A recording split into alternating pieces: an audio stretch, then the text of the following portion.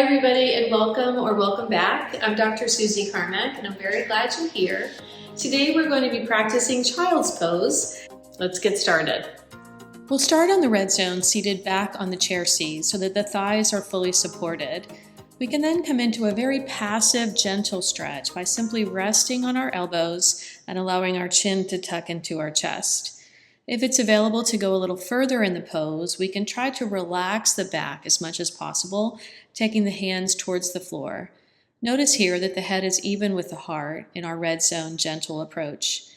In the yellow zone, we have a lot of options for how we can use the block. For example, we can take it to the low or the medium setting, as you see here, to rest gently with our forehead. We can also take ourselves back in space by placing the block behind us. And if that's comfortable, that gives us a little bit of extra support for the lower body, so we're not so intensely bending at the knee joint. In the green zone, we're taking our knees one at a time towards the mat and coming into a gentle passive stretch.